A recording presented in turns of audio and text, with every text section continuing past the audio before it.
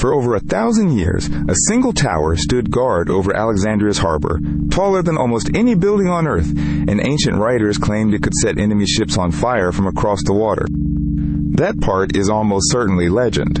But what the Pharos of Alexandria actually was, an engineered structure that bent and projected light farther than anything built before it, is arguably even more impressive. One of the 7 wonders of the ancient world, and the only one built purely as a piece of functional technology, rather than a tomb or a temple. This is the story of the Pharos, a lighthouse so effective its very name became the word for lighthouse, in dozens of languages, and a mystery over exactly how its light traveled so far. Construction began under Ptolemy I, one of Alexander the Great's former generals who took control of Egypt after Alexander's death, and it was completed under his son, Ptolemy II, around 280 BC. It stood on the small island of Pharos, connected to Alexandria by a causeway, guarding the entrance to one of the busiest and most important harbors in the ancient Mediterranean world. Ancient estimates put its height at somewhere between 340 and 400 feet, roughly comparable to a modern 40-story building, built almost entirely from massive blocks of light-colored limestone and granite. For context, it remained one of the tallest human-made structures on the planet for well over 1,000 years, surpassed by very few buildings anywhere until the medieval period. The architect credited with the design was a Greek engineer named Sostratus of Cnidus, whose name, according to ancient accounts, was inscribed at the base beneath a layer of plaster bearing the king's name instead.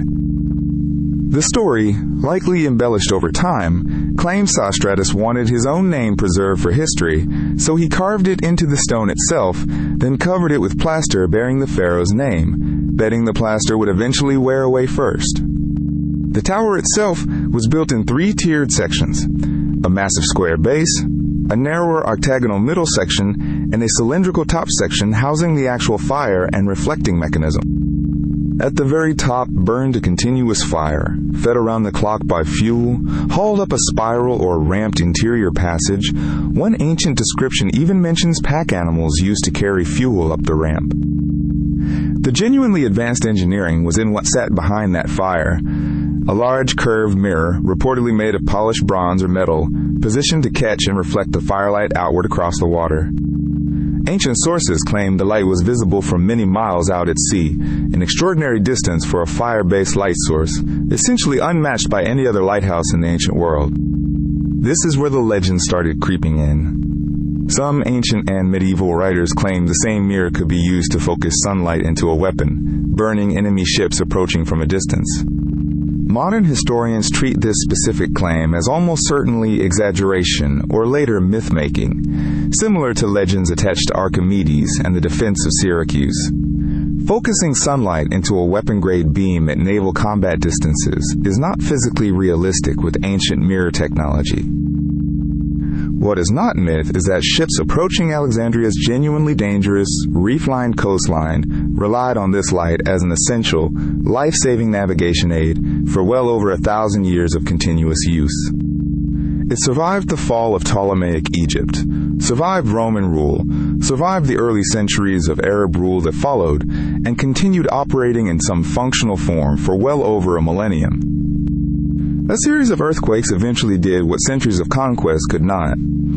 Documented quakes in 956, 1303, and 1323 AD progressively damaged and finally collapsed the structure. By 1480, the Mamluk Sultan Qaitbay built a medieval fortress directly on the lighthouse's original foundation, reusing much of its fallen stone. That fortress, the Qaitbay Citadel, still stands on the site today. For centuries after that, the Pharos existed only in ancient descriptions, coins, and mosaics, alongside genuine uncertainty about exactly how large it truly was, or exactly how the mirror mechanism worked. Then, in 1994, French archaeologists diving in Alexandria's harbor discovered enormous stone blocks and statue fragments on the seafloor, believed to be remnants of the lighthouse that had fallen into the water centuries earlier.